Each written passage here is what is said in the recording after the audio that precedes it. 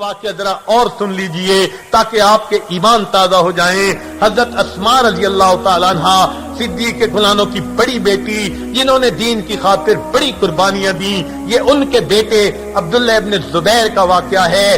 جوان العمر ہیں، اٹھتی جوانی، بہت خوبصورت اللہ نے ان کی شخصیت بنائی تھی اور بڑے نیک متقی پرہیزگار تھے۔ وقت کے حاکم نے ان کے خلاف اپنی فوج نکال لی کہ وہ ان کو جھکنے پہ مجبور کر دے۔ ان کے ساتھ چند سو ان کے دوست تھے، وہ بھی کہنے لگے ہم باطل کے سامنے نہیں جھکیں گے، چنانچہ آپس میں لڑنا شروع ہو گئے۔ دروازے پر ہی تو تھے اپنے گھر کے، ان کے ایک دوست مرا، دوسرا شہید ہوا، تیسرا شہید ہوا، حتیٰ کہ ان کو یقین ہو گیا کہ اب تھوڑی دیر کے بعد مجھے بھی شہید کر دیا جائے گا۔ تو ان کے بارے میں آتا ہے کہ انہوں نے یہ سوچا میرے گھر میں میری بوڑھی والدہ موجود ہیں، بڑھاپے کی وجہ سے ان کی بینائی چلی گئی تھی، آنکھوں پہ موتیا بند آ گیا تھا، مگر میری والدہ تو ہیں، میں جا کے ان سے دعائیں لے لوں اور پھر شہید تو ہونے کا وقت قریب ہی ہے۔ تو یہ اپنے گھر کے اندر داخل ہوئے، اپنی بوڑھی والدہ کے پاس آئے، کہنے لگے امی میرے شہید ہونے کا وقت بہت قریب ہے، میں آپ سے آخری دفعہ ملنے آیا ہوں، دعائیں لینے آیا ہوں۔ اب بوڑھی والدہ کو اگر پتہ چلے میرا جوان بیٹا تھوڑی دیر کے بعد خون میں نہایا ہوگا اور اس دنیا سے رخصت ہو جائے گا، اس کے دل پہ کیا گزرتی ہے۔ لیکن ان کی ہمت دیکھیے، استقامت دیکھیے۔ اسماء رضی اللہ تعالیٰ عنہ آگے سے پوچھتی ہیں میرے بیٹے تم حق پر ہو یا باطل پر ہو؟ تو بیٹے نے کہا کہ امی آپ جانتی ہیں میں حق پر ہوں، شریعت کے اوپر ڈٹا ہوا ہوں۔ تو ماں نے کہا بیٹا جب تم حق پہ ہو پھر تمہیں حق کی خاطر جان دیتے ہوئے نہیں گھبرانا چاہیے۔ امی میں گھبرا تو نہیں رہا، کبھی کبھی ذہن میں خیال آتا ہے کہ یہ لوگ جب مجھے شہید کر دیں گے تو میری لاش کا قیمہ بنا دیں گے، میری لاش کا مسئلہ کر دیں گے، آنکھیں نکال دیں گے، کان کاٹ لیں گے، بے حرمتی کریں گے۔ تو ماں آگے سے جواب دیتی ہے کہ بیٹے جب بکری کو ذبح کر دیا جاتا ہے پھر اس کی بوٹیاں بنائی جائیں تو بکری کو تکلیف نہیں ہوا کرتی، جب تمہیں شہید کر دیا جائے گا پھر تمہاری لاش کا قیمہ بھی بنا دیا جائے، تمہیں اس پہ کوئی ڈرنے کی ضرورت نہیں۔ بوڑھی ماں اپنے بچے کو یہ جواب دے رہی ہے۔ میں سلام کرتا ہوں ان عورتوں کی شجاعت کو، ان کی استقامت کو، ان کی عظمت کو کہ جنہوں نے بڑھاپے کے اندر بھی اپنے جوان بیٹوں کو قربان ہوتے ہوئے دیکھا اور پھر وہ کمزور نہیں ہوئی بلکہ بچوں کی ہمت بڑھا رہی ہیں۔ چنانچہ جب انہوں نے یہ بالفاظ کہہ دیے تو اس کے بعد انہوں نے کہا اچھا، بیٹے نے کہا امی میرے لیے دعا فرما دیجئے۔ تو انہوں نے اپنے بیٹے کے لیے 3 باتیں کہیں، کہنے لگی اے میرے پروردگار تو جانتا ہے یہ میرا وہ بیٹا ہے جو سردیوں کی لمبی راتوں میں ساری رات تہجد میں مصلی کے اوپر گزار دیا کرتا تھا۔ اللہ یہ میرا وہ بیٹا ہے جو گرمی کے لمبے دنوں میں سارا دن روزے کے ساتھ رہا کرتا تھا۔ اللہ یہ میرا وہ بیٹا ہے کہ جس نے بڑھاپے میں اپنے ماں باپ کی اتنی خدمت کی، اس نے ماں باپ کے دل کو خدمت سے خوش کر دیا، ماں بھی راضی باپ بھی راضی۔ اللہ یہ میرا وہ بیٹا ہے، تو اس کی قربانی کو قبول کر لینا۔ جب ماں نے یہ دعائیں دی، اب بیٹے نے جانا تھا شہید ہونے کے لیے، تو اس وقت ماں کہتی ہے بیٹے میری آنکھیں تو نہیں، میں اس وقت تمہارا چہرہ دیکھ سکوں، میرے دل میں تمنا ہو رہی ہے میں تمہارا چہرہ دیکھتی، مگر میری بینائی چلی گئی۔ میرے بیٹے میں تمہارا چہرہ تو نہیں دیکھ سکتی، البتہ ذرا میرے قریب ہو جاؤ میرے بیٹے، میں تمہارے رخسار کا بوسہ لے لوں اور تمہاری جسم کی خوشبو سونگھ لوں۔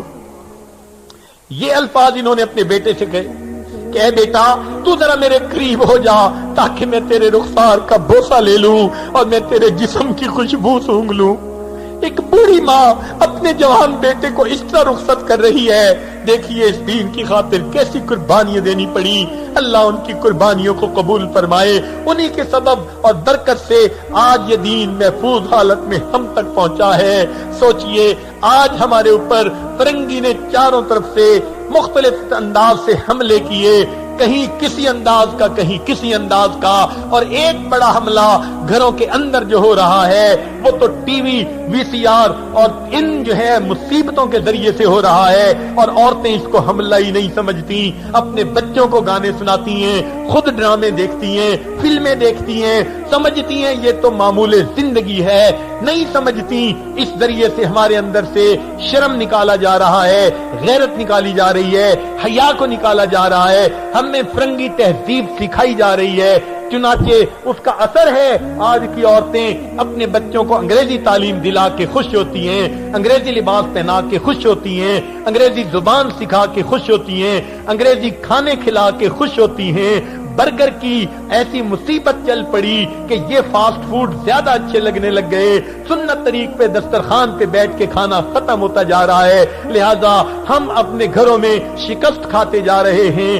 آج اس بات کی ضرورت ہے کہ نبی علیہ الصلوۃ والسلام کی روحانی بیٹیاں اس ذمہ داری کو محسوس کریں اور اس فرنگی تہذیب کے خلاف جہاد شروع کر دیں، اپنے گھروں کی چار دیواری کے اندر خود بھی سنت کو عمل کریں، بچوں کو بھی سنت لباس پہنائیں، سنت کھانا کھلائیں، ایک ایک سنت کے مطابق عمل کرنا سکھائیں۔ اس عاجز نے کتاب با ادب با نصیب لکھی، اس میں کھانے کی سنتیں، پینے کی سنتیں، لباس کی سنتیں، سونے کی سنتیں، بولنے کی سنتیں، مہمان نوازی کی سنتیں، حتیٰ کہ مختلف طرح کی سنتیں ساری جمع کر دی گئی۔ ان کو پڑھیے، اپنے بچوں کو پڑھائیے اور بچوں کو دین سکھائیے۔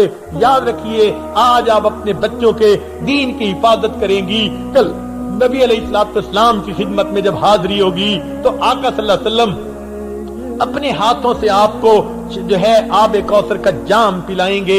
یہ کتنی خوش نصیبی کی بات ہے، لہذا اپنے گھروں کو نبی علیہ السلام کی سنتوں کا گہوارہ بنا دیجئے۔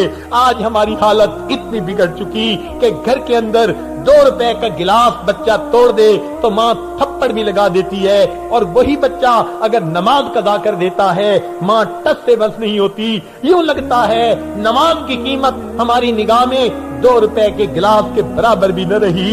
آج مسلمان بچے اپنے گھروں میں اپنے ہاتھوں سے سنتوں کو ذبح کرتے ہیں، ماں تڑپتی نہیں، ماں کو احساس نہیں ہوتا، اس لیے کہ سنت کا غم جو دل میں نہیں۔ کل قیامت کے دن اللہ کے محبوب نے اگر پوچھ لیا، میری روحانی بیٹی تیرے سامنے میری سنتوں کو ذبح کیا جاتا تھا، تمہارا گھر تھا، تم نے اس گھر کو سجایا، بچوں کو اپنی مرضی کے مطابق رکھا، کیا میری سنتوں کا لحاظ نہیں کر سکتی تھی؟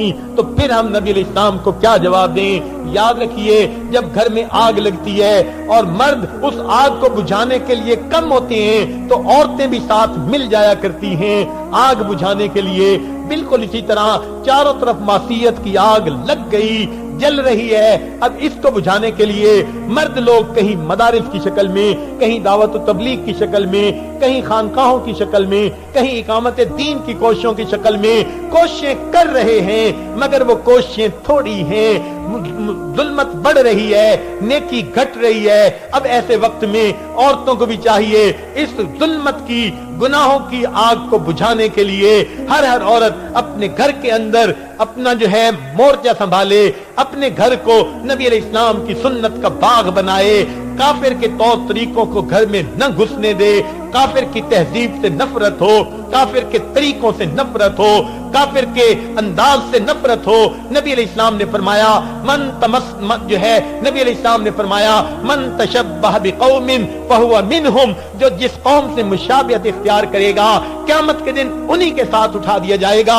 ہمیں فرنگی سے مشابہت نہیں اختیار کرنی، نہ ان کا لباس چاہیے، نہ ان کی تہذیب چاہیے، نہ ان کے گندے کام چاہیے، ہمیں اسلام چاہیے۔ ہم اسلام کے جو ہے وہ غلام ہیں، اسلام کی خاطر جان بھی قربان ہے۔ ہم بچوں کو مسلمان بنائیں، دین پڑھائیں، ان کو دین سکھائیں، اپنی بچوں کی بچیوں کی اچھی تربیت کریں، انہی پر زندگی گزاریں۔ یہ عورتیں حقیقت میں دین کے مرد مجاہد پیدا کرنے کی فیکٹریاں ہوتی ہیں۔ ہر ہر گھر ہمارا دیندار بچے پیدا کرنے والی فیکٹری بن جائے. یہ دیندار نسل جب پیدا ہوگی تو بالآخر دنیا میں اسلام کے غلبے کا سبب بن جائے گی.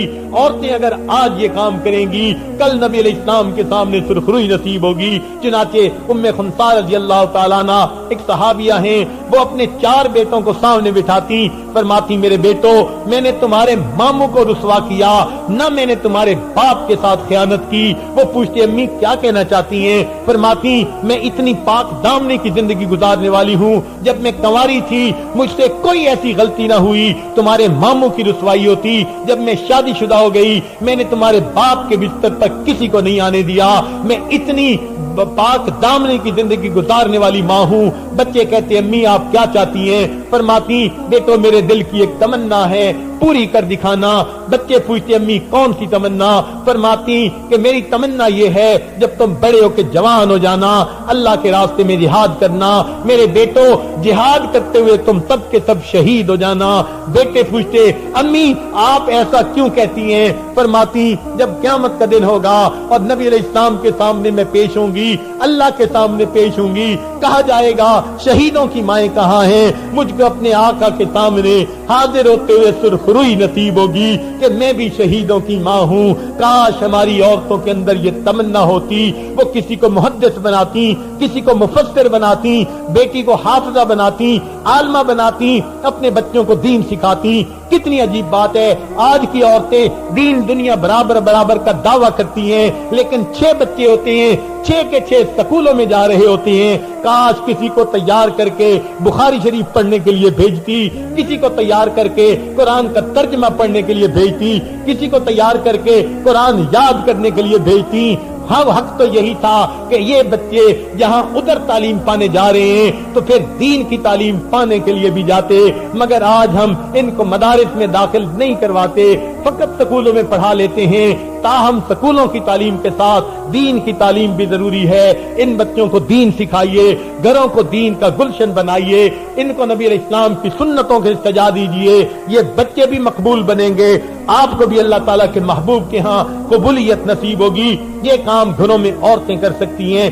آج اگر کرنا شروع کر دیں تو 15-20 سال کے بعد ہماری جو آج پیدا ہونے والے بچے ہوں گے وہ ایک نئی نسل کے طور پر کھڑے ہوں گے, جو دین کو سینوں سے لگائیں گے اور کفر کے سامنے سینہ سپر ہو جائیں گے, اللہ کے دین کے محافظ بن جائیں گے. اللہ تعالیٰ بھی راضی ہوں گے, اللہ کے محبوب بھی راضی ہوں گے. اللہ تعالیٰ ہمیں نیکوکاری پرہیزگاری کی زندگی گزارنے کی توفیق عطا فرمائے. دین کے اوپر یہ وقت آتے رہتے ہیں مگر اللہ والے ان کے لیے قربانیاں دیتے رہتے ہیں. اللہ تعالیٰ ہمارے ساتھ عافیت کا معاملہ فرمائے اور ہمیں قیامت کے دن اللہ تعالیٰ ان اکابرین کے ساتھ جنت میں جمع ہونے کی جمع نصیب فرما دے. اس لیے کسی نے عجیب شعر کہا, رب لئی تج کرنا پیندا ہے آسائشاں نو آراماں نو, رب لئی تج کرنا پیندا ہے آسائشاں نو آراماں نو, کنڈیاں تے چلنا پیندا ہے گل بدنا نو گل فاما نو.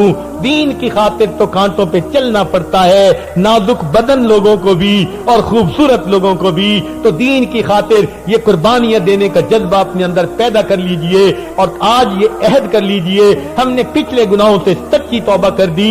آج کے بعد ہم گھروں سے ٹی وی کو دھکا دیں گی, ہم گھروں سے رنگی تہذیب کو دھکے دے کے نکالیں گی اور اللہ کے محبوب کی سنتوں کو سجائیں گی, اللہ کے محبوب کی سنتوں سے گھر کو آباد کریں گی. آج گھر سنتوں سے آباد ہوں گے, کل اللہ تعالیٰ آپ کو جنت میں گھر عطا فرمائیں گے. پروردگار ہماری اس نیکی دینداری کو قبول فرما لے اور مرتے دم ہمیں ایمان کی حفاظت کی توفیق عطا فرمائے. وآخر دعوانا ان الحمد للہ رب العالمین.